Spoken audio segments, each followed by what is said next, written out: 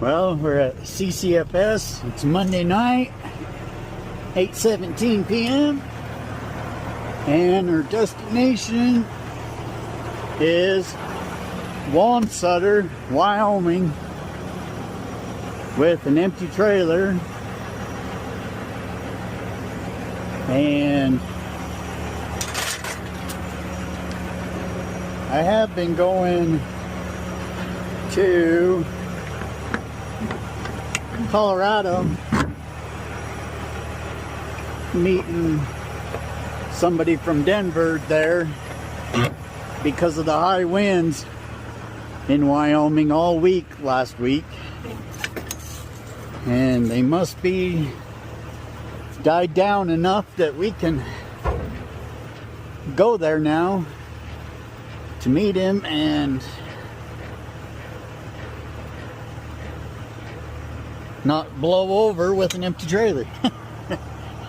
So, this ought to be interesting.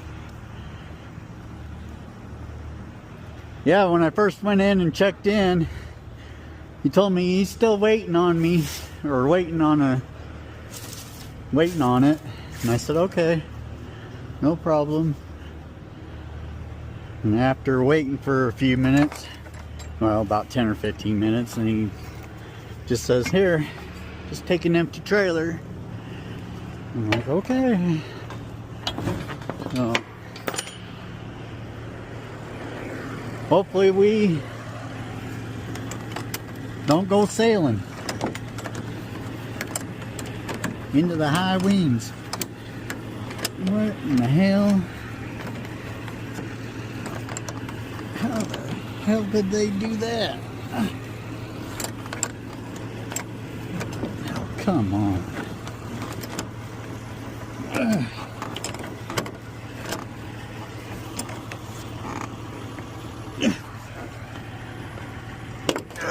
Jesus. I don't know how they got that to go like that, but that sucked.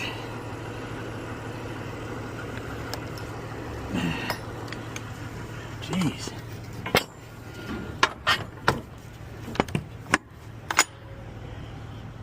Alright, how come we have no lights? I just noticed that.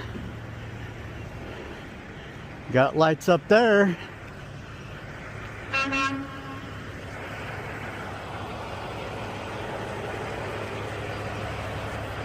Oh, there they.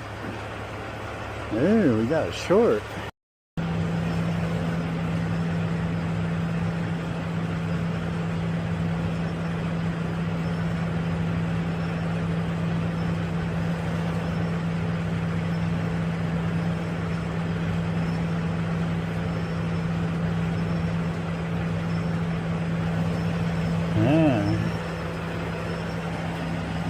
Can't tell if it's my pigtail.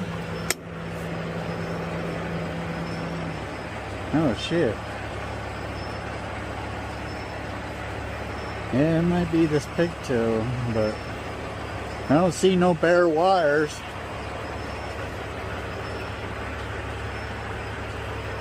Sometimes these little pins will get, I don't know, worn down a little bit, and there's a little slot in there, and you can take just a little screwdriver and just barely spread them apart, and it'll make a tighter connection.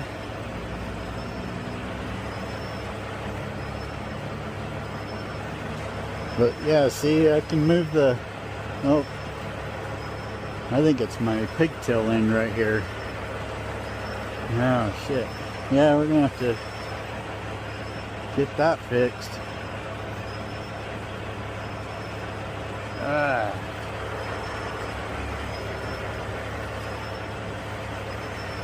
Let's see. I'll use this trusty little bungee and hopefully that'll help a little bit.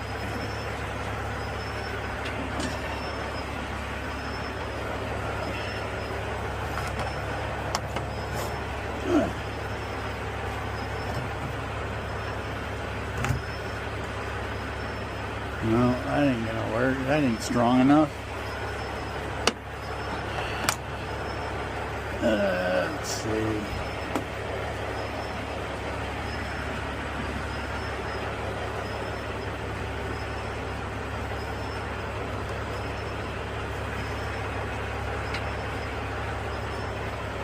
That won't work either.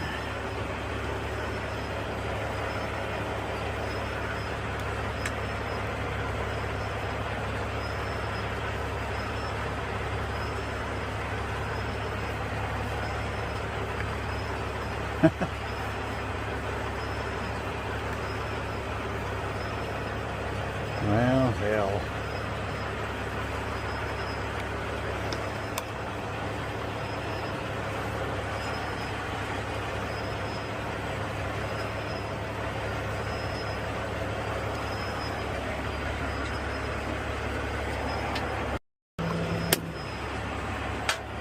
I'm going to try to do this, see if it'll just help a little bit.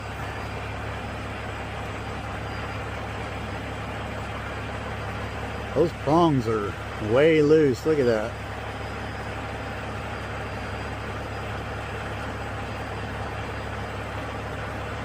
It might be this. So honestly, I haven't noticed any issues before now, so. But yeah, if you take your little pocket knife and just kind of spread these prongs out just a little tiny bit. Don't want to do too much because you'll break them easy.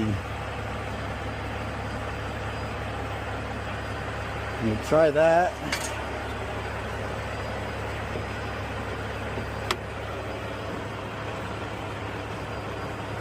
No, I don't know. It's either inside there or my pigtail, so.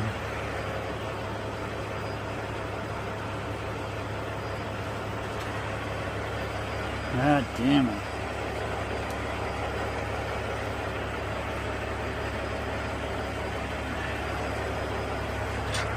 Well, I'm just gonna have to hope this is strong enough to hold it for the time being.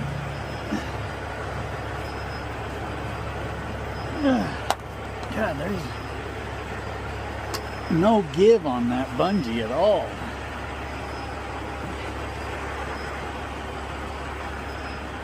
How can you call that a bungee if it won't even stretch?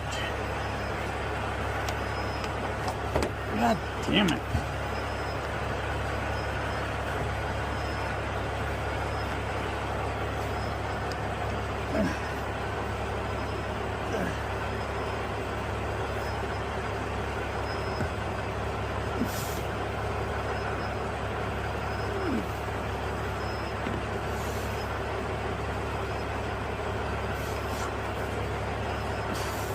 Yeah.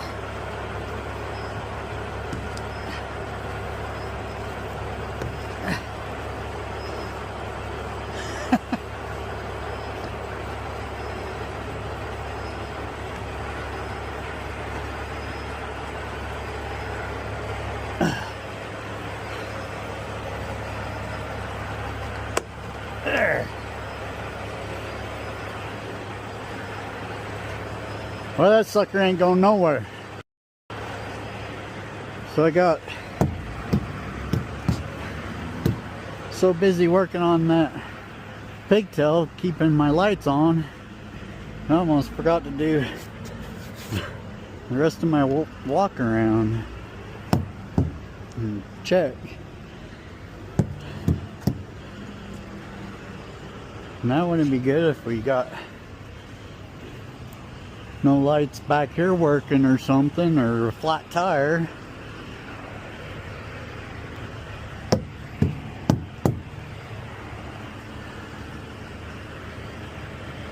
Yeah, we're all good, I think.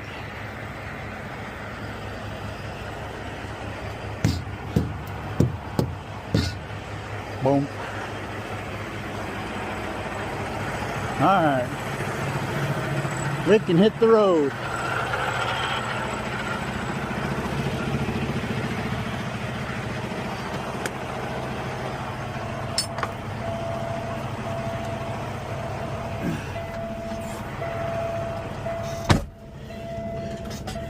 My low coolant light been going off and on, not a lot, but it'll come on for about 5 minutes or so and then go off.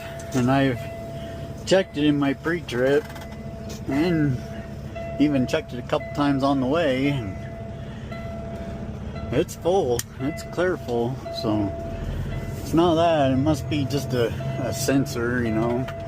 Again, sensors. But must be a sensor that's thinking it's low or something, but it's not. So made sure. And then this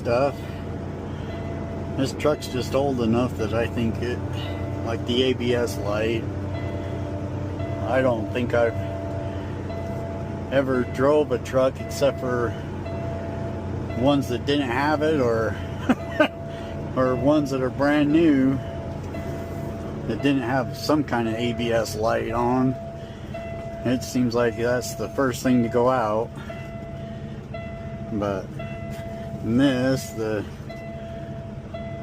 traction control off. See, my other one just came on for the trailer. It's like one out of every 2 trucks you're gonna get either an ABS light or a trailer light, or 1 out of 2 chances anyway, something. Well, that little bungee seems to be doing all right. It's keeping the lights on. I just made 2 good turns and they haven't blinked or nothing. Blinked off, or so I think that'll work out all right. May have to give it to that guy if we're meeting. If it does it to him, then we'll know for sure that it's those prongs inside that plug. But if it works fine on his, then chances are it's probably mine, my pigtail. But we'll see. As you can see, my coolant light came back on again. It went off for a little bit. It's being quite stubborn tonight.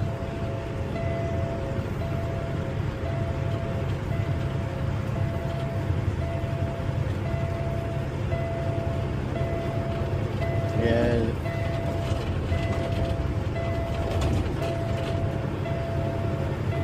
Maybe it's getting worse, that sensor or something, or...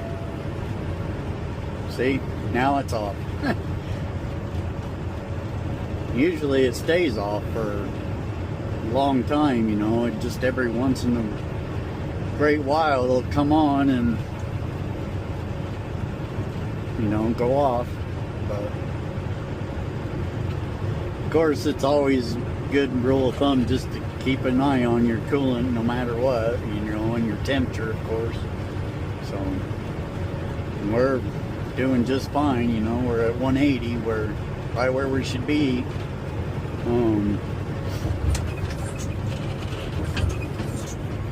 I know when you're pulling a heavy load, and well, even any load anyway, and going up a hill, they'll get up to about 210, but other than that, it's fine. So if it ever goes up above 210, then I start to get concerned anyway. And a lot of these newer trucks I've noticed don't have a manual switch to turn on your fan. You know, it just is all by the temperature. You know, everything's done by that.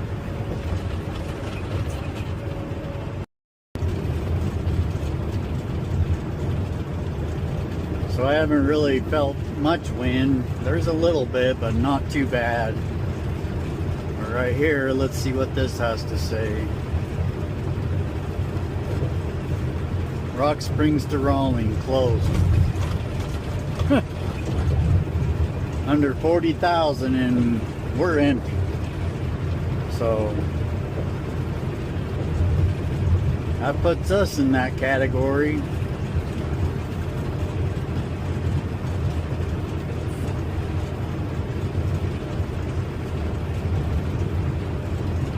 Get to Rock Springs, we're gonna have to make a call and find out what we're supposed to do in this situation. I asked the guy inside the office that if we were going back to Wamsutter or not, or to Fruta, and he said it's back to Wamsutter, so here we be right now.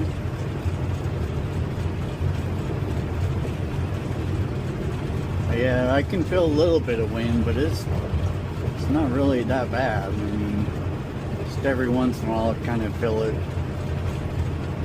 push me a little bit, but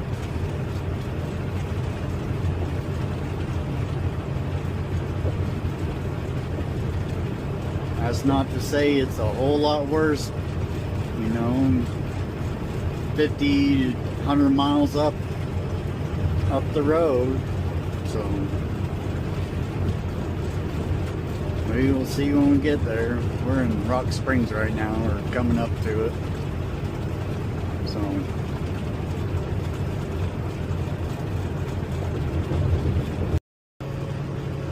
So I just spoke with the guy we're meeting with, and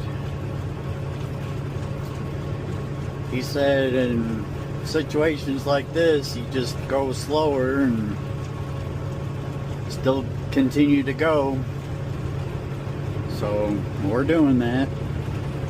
We're going a little bit slower, and the wind, if I feel the wind start to kind of push me around and stuff, then we'll slow it down even more if we need to, and you know, try to get there in one piece. But yeah,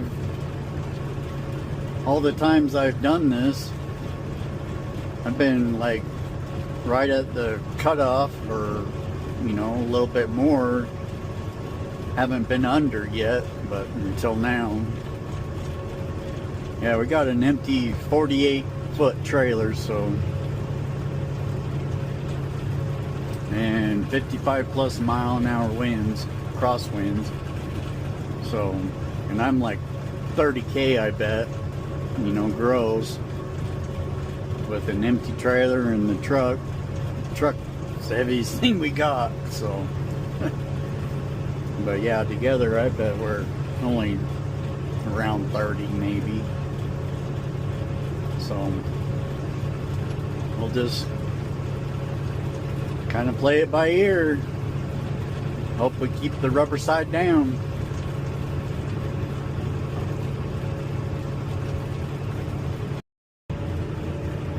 So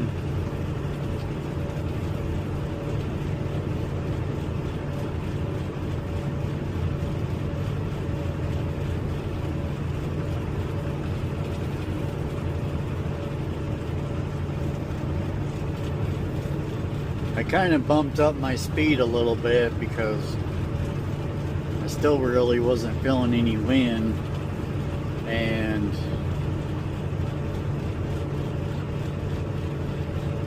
I'm not sure if maybe just those signs were left on. You know, maybe the winds passed.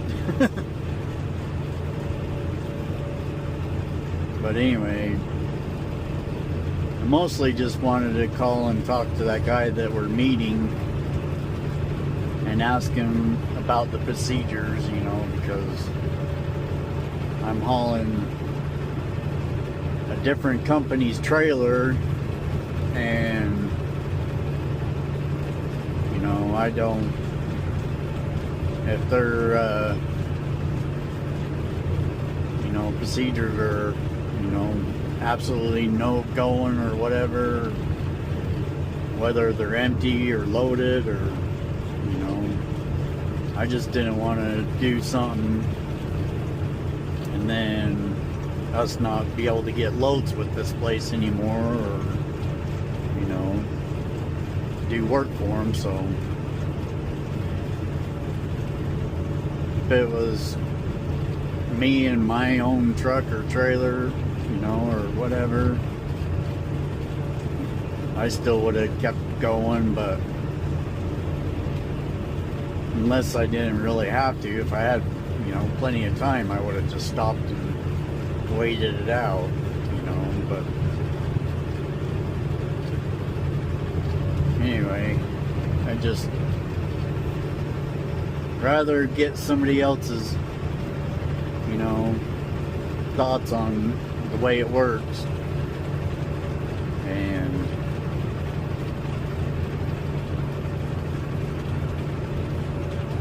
but yeah, we're, oh, there's a little bit of wind right there pushing me a little bit, but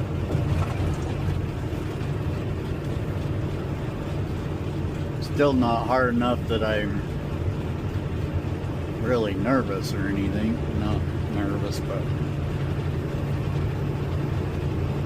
you know, need to be more cautious anyway. So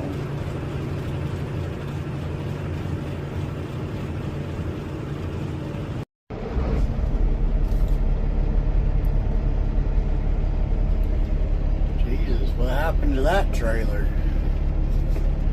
That's crazy, huh?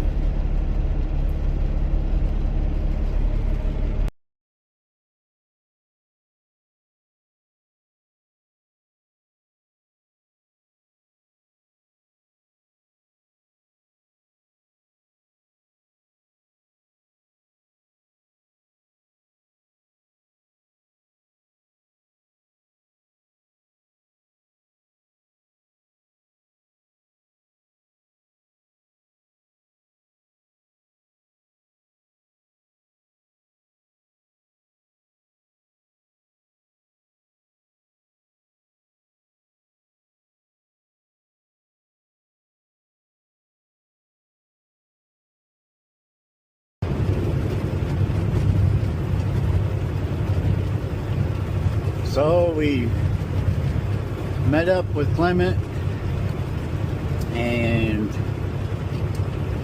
he brought us a Rocky Mountain double set loaded. Some ways better than none. As you can see, we're going 60 miles an hour and we're in 12th gear, so